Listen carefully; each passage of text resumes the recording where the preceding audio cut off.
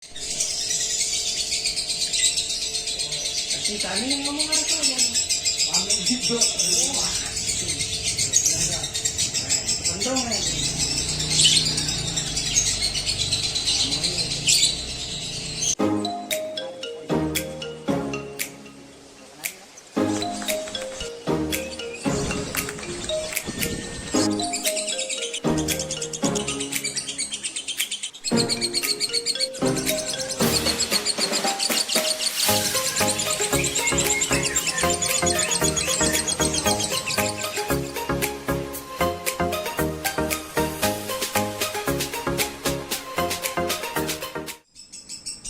Ya, assalamualaikum warahmatullahi wabarakatuh. Kembali lagi di channel kesayangan kita ya guys, yaitu memahami karakter lovebird.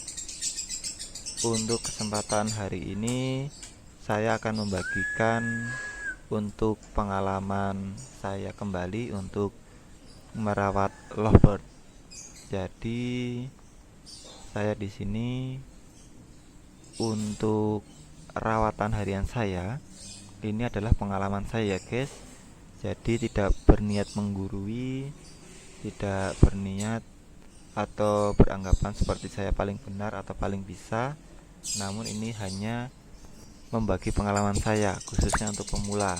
Jadi mungkin pengalamannya sesuai dengan teman-teman, bisa dipakai. Namun jika rawatannya tidak sesuai, bisa tidak digunakan. Jadi ini saya sifatnya hanya membagi pengalaman. Untuk kesempatan hari ini saya memberikan beberapa poin penting tentang merawat lovebird. Kalau untuk saya pribadi, untuk rawatan atau beberapa poin pentingnya, pertama itu dengan mandi. Jadi menurut saya burung itu wajib mandi guys. Ibarat manusia saja guys, satu hari tidak mandi pasti itu tidak enak, atau rasanya di badan tidak enak. Contoh, kita seharian tidak mandi, nanti malam kita disuruh lomba bernyanyi. Bagaimana guys menurut kalian? Pasti kita di panggung juga tidak nyaman. Begitu juga lovebird, menurut saya pasti jika tidak mandi pasti mengurangi performa.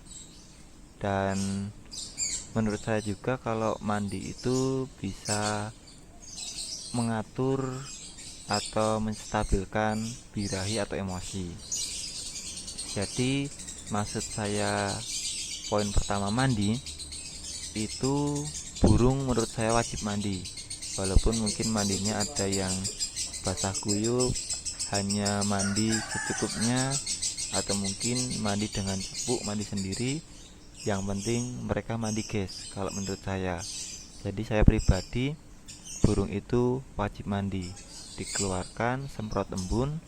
Kalau mau mandi sendiri syukur, kalau nggak mau mandi tetap, kalau saya pribadi saya mandikan dengan semprot.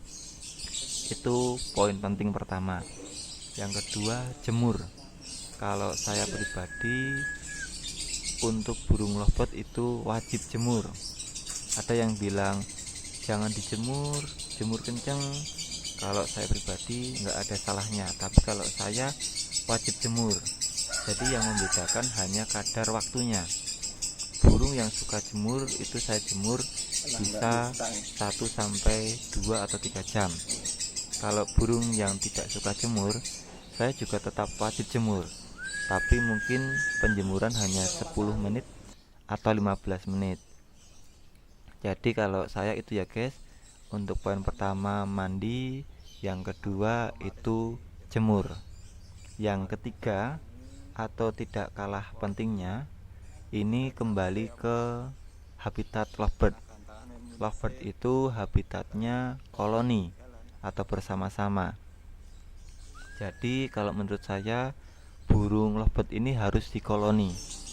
Kalau saya pribadi menggunakan koloni bidasangkar. Jadi lovebird dijadikan satu namun dipisah atau bidasangkar.